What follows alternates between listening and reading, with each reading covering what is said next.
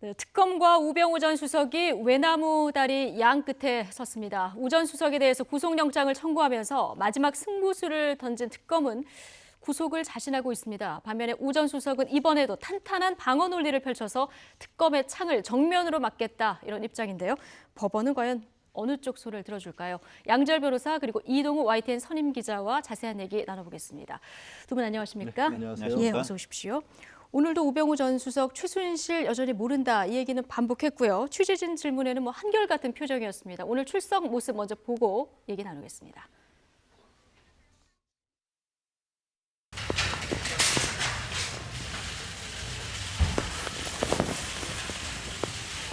이번에 특검이 적용한 혐의에 대해서 인정하십니까? 민간인 불법 사찰하셨다는데 인정하십니까? 여전히 아직도 최순실 씨 모르십니까? 당연히 모르죠. 최순실 국정농단 묵인하셨습니까? 민간인은 왜 사찰하셨습니까? 법정에서 충분히 입장을 설명을 하겠습니다. 구속되시면 마지막 인터뷰일 수도 있는데 한마디만 해주십시오. 법정에서 제 입장을 충분히 밝히겠습니다. 그 최순실 씨는 왜 자꾸 모른다고 하시는 거예요? 모릅니다. 법은 잘 지키지만 비도덕적인 공무원의... 자, 구속되면 마지막 인터뷰일 수도 있는데 한마디 해주시죠. 기자가 이렇게 전략적으로 이렇게 질문을 한 것 같은데 오늘 또 살짝 째려보다가 잠깐 이제 그러면 안 되겠다 하는 것 같습니다. 이 표정 어떻게 보셨습니까? 글쎄요, 기분은 나쁠 수 있겠죠. 예. 그런 질문을 받으면 누구나 다 그런 질문을 받으면 기분은 나쁠 수 있겠습니다만 이미 한번 기자를 째려보고 노려본 전력이 있는데다가 예. 오늘 또 잠깐 이제 기자를 이렇게 좀 네. 째려보는 듯한 그런 예. 게 있었지 않습니까? 네. 그러니까 일반인이 보기에는 상당히 좀 냉소적이고 고압적인 그런 자세로 보일 수밖에 없죠. 그러니까.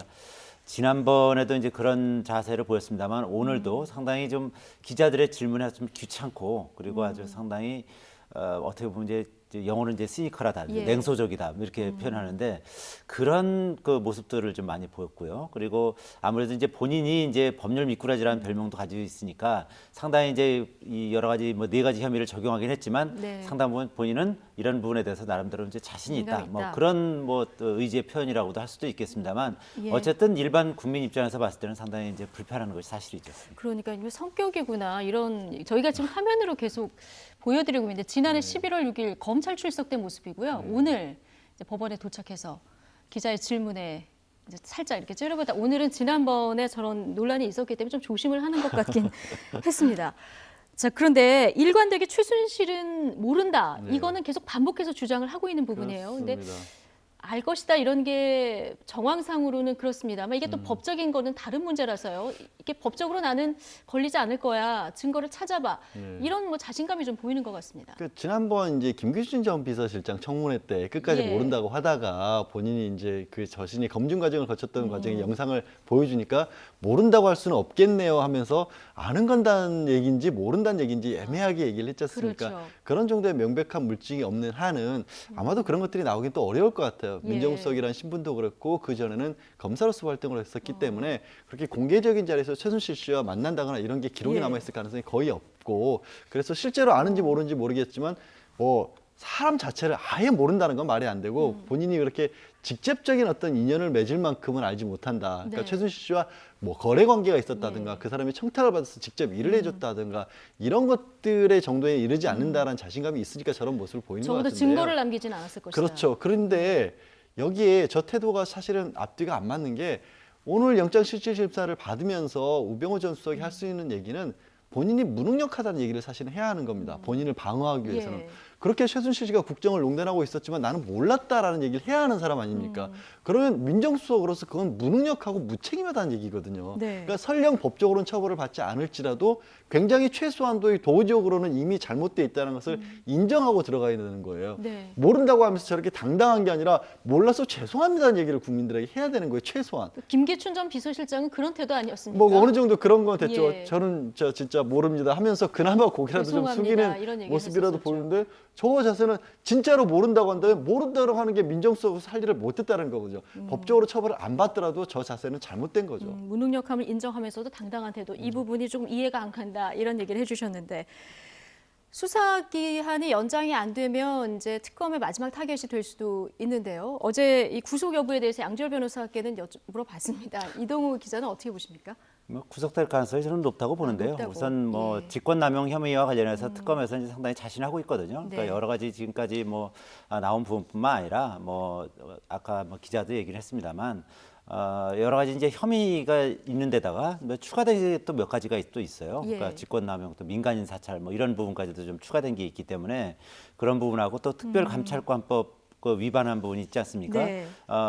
그 이석수 특별감찰관이 뭐 미르재단이나 K스포츠재단의 어떤 불법 예. 모금 부분에 대해서 이제 수사를 하려고 하니까 이거를 이제 상당히 방해한 혐의가 있거든요. 근데 네. 이런 부분에 대해서는 특검이 상당 부분 혐의를 특정을 했고 증거를 수집했기 때문에 예. 이런 부분만 가지고도 상당한 이제 구속 사유에 해당하지 않을까 이렇게 예상을 하는데 예. 일단 뭐 법원에서 어쨌든 이제 증거들을 보고서 뭐 구속 사유라고 이제 판단할지 여부는 이제 또 지켜봐야 되겠습니다만 네. 상식적으로 봤을 때는 지금까지 블랙리스트 관련해서도 이제 대부분 이제 그 직권남용에 대해서 이제 인정을 해서 상당 부분 구속하지 않았습니까? 김기춘 전 비서실장이라든지 뭐 조윤선 전 문체부 장관이라든지 이런 분들 다 구속이 됐기 때문에 예. 우병우 전 민정수석 같은 경우는 이제 그런 혐의뿐만 아니라 전부 4가지 혐의가 이제 추가돼서 이제 영장이 청구됐기 때문에 발부될 가능성이 더 높지 않을까 저는 그렇게 예상합니다. 발부될 가능성이 높다. 지금 뭐 한참 구속 전 피의자 신분이 있을 거고 법리 공방이 굉장히 치열하게 벌어질 것 같은데요. 특검 입장에서 보면은 어떤 게 가장 쟁점이고요. 또 오늘 뭐 추가로 다른 증거들을 좀 내놓을 가능성도 있을까요? 근데 어제 이제 말씀을 나누고 있었을 예. 때와 다른 얘기들이 언론에서 좀 보도가 됐었죠. 예, 오늘 좀 지금 나왔죠. 한국인사공사 같은 경우에는 사실 민간인 자격이기 때문에 이 사람이 인사 검증을 민정수석이 했다라면 그 부분도 직권남용이 될 수가 예. 있다라는 것도 있고 또 안종범 전 수석이 얘기를 했던 새로운 진술들도 나왔죠. 이제 청와대와 관련돼서 뭐 수사를 방해한다거나 아니면 논점을 좀 흐리려 했다라 이런 부분이 나왔는데 예. 거기서 얼마만큼 적극적으로 우 전 수석이 개입을 했느냐에 따라 상황이 좀 달라질 것 같습니다. 예를 들어서 예. 뭔가 박근혜 대통령이 불법적인 지시사항을 했는데 안 전 수석이 그 자리에서 그냥 듣고만 있었느냐, 네. 우 전 수석도 그냥 회의에 참석하느냐라는 것과 거기서 조금 더 나가서 이게 법리적으로 뭐가 문제가 되기 때문에 이 부분에 있어서는 얘기를 좀 뭐 정확히 뭐 다른 방향으로 해라 이런 식의 그 어떤 코치까지 실질적으로 해줬느냐 예. 이런 것에 따라 좀 판단 기준이 좀 달라질 것으로 보여요. 지금 말씀하셨듯이 청와대가 개헌 카드를 국정농단을 덮기 위해서 기획한 거 아니냐 이 과정에 이제 우 전 민정수석이 개입했다 이런 의혹 보도가 지금 나왔는데 말씀하신 것처럼 이게 민정수석실 업무라는 게 굉장히 좀 은밀하기도 하고 광범위하기 때문에요. 이걸 법리적으로 어떻게 입증을 할 수 있을까? 이 부분은 좀 애매한 부분이 있는 것 같아요. 그 부분 같은 경우는 조금 뭐 예. 일부 방송에서 보도를 했습니다만 네. 뭐좀 애매한 부분이 있을 것 같습니다. 그러니까 그것을 이거를 뭐 직권남용으로까지 적용하는 데는 좀 일부 좀 그 애매한 부분이 있을 것 예. 같고요. 그거 말고도 사실 뭐 직권남용 혐의는 뭐 여러 가지가 있기 때문에 뭐 그 부분이 설사 인정 안 된다 하더라도 다른 직권남용 혐의가 이제 여러 가지 적용이 돼서 영장 발부는 뭐 크게 어렵지는 않지 않을 것으로 이렇게 예상이 되긴 이거는 뭐 합니다만 크게 좀 더 영향을 뭐 미치지 지켜봐야 않지만. 되겠죠. 예.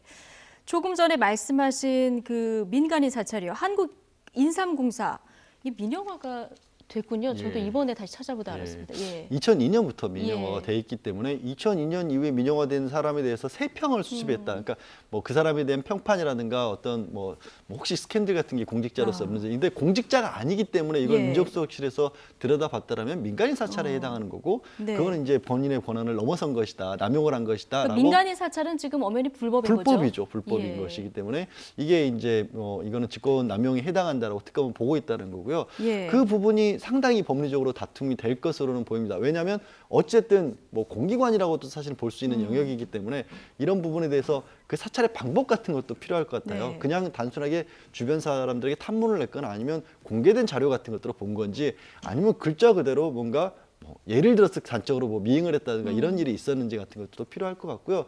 혹은 또 아까 잠깐 말씀 나눴던 것 중에서 뭐 개헌관이나 이런 부분에 있어서도 박근혜 대통령의 지시가 만약에 불법적인 어떤 것이었다면 우 전 수석이 거기서 그냥 입을 다물고 따랐다는 것 자체도 또 다퉈질 수가 있습니다. 왜냐하면 네.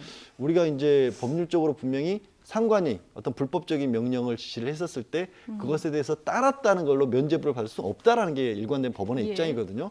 그거를 누구보다 잘 알고 있는 사람 아니겠습니까, 우 전 수석은. 그러면서도 그거를 묵인을 하고 했다면 직권남용이 안 되더라도 최소한 직무 유기까지는 갈 수가 있는 거죠. 직무 6위까지는. 예. 근데 그 예. 민간인 사찰 관련해서는 아까 이제 박정욱 그 인상공사 사장 부분도 있지만 그 확실하게 떨어지는 게 있습니다. 그 K스포츠 재단의 김모 씨라고 트레이너 출신인데 그렇죠. 예. 이 사람을 채용하는 데 있어서 이 사람의 어떤 군대 인사 기록이라든지 네. SNS 관련 기록들을 다 봤다는 거 아니겠습니까? 아니, 청와대가 우병우 주도 안 민정수석이. 했다면서 이건 왜 봅니까? 아니 그러니까 이제 그만큼 예. 청와대가 미르재단이나 K스포츠 재단 하는 데 있어서 설립하고 그리고 이제 운영하는 데 있어서 상당 부분 개입했다는 이제 그런 네. 결정적인 증거가 이제 될 수도 있는 거고 네. 바로 이 부분이 이제 민간인 사찰에 딱 떨어지는 증거가 되는 거죠. 그러니까 네. 이 부분에 있어서는 우병우 전 민정수석이 관여한 부분에 대해서 장시호 씨가 이거를 또 제보했다는 거 아니겠습니까? 그래서 네. 상당 부분 이 부분은 예. 장시호 씨가 결정적인 그 어떤 그 제보자로 나섬으로써 우병우 전 민정수석의 어떤 민간인 사찰 부분에 확실한 증거를 수집하는 그런 계획을 올린 것이죠. 장시호 씨 진술 때문에 지금 넘어가는 사람이 한둘이 아니에요. 그러게요. 예. 장시호 씨, 일단은 지금 특검에서 네 가지를 보고 있지만 잠깐 미리 어제 이미 보도가 됐었던 민정수석과 관련된 공문상 문서들이 그렇죠. 발견된 거 있지 않습니까? 예. 그 부분도 혹시 그거 유출 자체에 민정수석실에서 관여를 했다면 혐의 자체가 하나 추가될 수도 있죠. 그렇죠. 공무상 기밀 누설로. 그렇군요. 민간인 사찰 얘기 나오니까 누가 사찰을 당할지 모르는 세상이라서 참 불안불안하다 이런 생각도 드는데요. 자, 오늘 오전에 이제 영장실질심사 좀 시작이 돼서 계속 열리고 있을 텐데요. 오민석 부장판사가 담당을 한다고 합니다. 지난번에 그 한정석 판사, 이재용 부회장 영장 발부하고 이제 제주도로 가지 않았습니까? 거기 공석인데 그 자리로 온 건가요? 그렇죠. 예, 오민석 이제 부장판사가 이제 사법연수원 26기 예. 그러니까 이 사실로는 36회가 될 테고요. 예. 서울고등학교 서울법대를 졸업을 했고 그리고 대법원 재판연구관을 지냈습니다. 예. 그리고 이제 서울지방법원 수원지방법원에서 근무했는데 대법원에서 이제 재판연구관을 근무한다는 건 그야말로 이제 엘리트 코스를 밟는다는 것이고요. 그리고 대법원 재판연구관을 거쳐서 또 네. 영장전담 판사를 한다는 것은 이 사법부 내에서 이제 상당히 인정받는 엘리트라는 얘기겠죠. 주로 이제 예. 물론 영장전담 판사를 맡는 분들이 대부분 이제 그 동기 중에 이제 그야말로 이제 인정받는 잘 나가는 이제 판사들이 주로 하는 것이거든요. 그러니까 예. 이번 오민석 부장 판사도 이제 상당히 법원 내에서는 신망이 두터운 분이기 때문에 오늘 뭐 영장 전담 그 판사를 하면서 이제 첫 번째 일이 될 텐데 더군다나 이제 그 상대가 이제 우병우 전 민정수석 아니겠습니까? 예, 또 선배죠. 상당히 뭐 선배긴 예. 합니다만 또 거기다가 또 이 특수통이고 이런 특수 관련 수사의 전문가이기 때문에 그야말로 이제 참과 방패의 대결이 되겠습니다만 네. 어쨌든 뭐 혐의가 제일 중요한 거겠죠. 뭐 사실관계가 제일 중요한 예. 것이기 때문에 우병우 전 민정수석이 그래서 뭐 영장 전담 판사를 거친 변호사 2명을 갖다 선임했다는 거 아니겠습니까? 그래서 이제 영장 전담 판사에 대한 이런 뭐 성향이라든지 이런 것들 파악을 하고 어떻게 보면 이제 그런 부분에 대한 이제 대응을 제대로 해왔다고는 할 수 있겠습니다만. 예. 그러나 뭐 좀 전에 말씀드린 것처럼 뭐 사실관계, 이 범죄 혐의 예. 이런 부분이 가장 중요하기 때문에 네. 그것이 아마 제일 크게 작용할 가능성이 높죠. 네. 결과는 뭐 오늘 밤이나 내일 새벽 나올 것 같은데요. 예. 그러면은 그 오늘 영장 구속 전 피의자 신문 이거 끝나고 나면은 역시 이재용 부회장 전철처럼 서울구치소에서 대기를 하게 되는 겁니까? 예, 법원에서 그 부분을 결정을 하는데 아마 그럴 가능성이 높고요. 예. 뭐 처음 맡았다라고 하지만 잠깐 말씀드린 것처럼 어차피 판사가 재판을 하는 과정에서 이 소명과 입증이 정도거든요. 그러니까 예. 유죄로 할 때는 의심할 여지 없다는 정도고 이게 영장을 발부할 때는 충분히 의심해 볼 만하다라는 정도까지 한 70% 예를 들어서 그런 정도의 비유가 되는 거고요. 처음 맡았다고 하시지만 보통 이제 영장 담당 판사들 사이에서도 일종의 집단지성 같은 것을 구성해서 예. 그 내부에서는 또 서로 협의 같은 걸 하는 경우들이 있습니다. 뭐 관행적으로. 그래서 그 부분이 뭐 크게 뭐 우려가 된다 그런 건 아니고요. 다만 말씀드린 것처럼 직권남용이라는 범죄 자체가 항상 법리적으로 다툼이 많거든요. 예. 그래서 어떻게 보면 대법원 재판연구관 출신이 가장 적임자로서 지금 들어갔다고도 볼 수 있습니다. 예. 어쨌든 뭐 승승장구만 하던 우병우 전 수석 오늘 밤 내일 새벽까지 굉장히 피말리는 시간을 보내지 않을까 싶은데요.